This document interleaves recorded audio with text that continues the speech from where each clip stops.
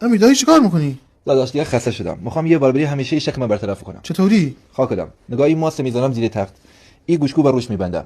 اگه این گوشکوب ماسی بشه یعنی داره بهم خیانت میکنه. اگه درود به شرف بریم مغزت. چیکار کنم؟ داش چه شد؟ بیا ببین چه دوغیه فقط. به به. جانم مشکل چیه شما؟ آقای دکتری یه هفته سر چی میخورم میارم بالا. احتمالاً مسموم شدی. شما دهنت رو باز کن. باید چه کار بکنم؟ شما باید یک هفته از پایین تغذیه بکنی. آقای دکتر کی ازت ما میکنی؟ نه جدی باید از پایین تغذیه بکنی شما. ازیر؟ خیلی مورد نادریه ای. بدبخت. نادر کیه؟ نه نادر یعنی کمیاب. باشه خب. برو هفته بعد یا معاینت کنم. اصلا خیارم استفاده نکنی. آقای دکتر سلام. سلام. خوبی؟ داری چیکار میکنی؟ دارم آدم میجوام. چه؟ آدم.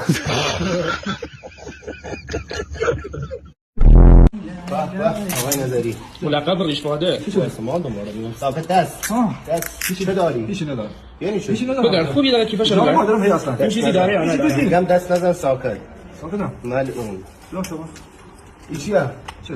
این مال من نیست. مال کیه؟ مال من ولم هر بار اینو پرت میدم خودش برمیگره تو کیفم. صاحب باور دانه یعنی نشه. چی؟ مال من نیست. میتونم دستوی داری؟ آره. یه ثابتش میکنم. چطوری؟ بیا شما نگاه کن.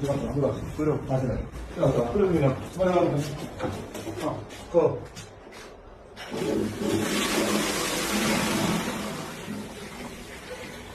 شما نگاه. خب کجاست؟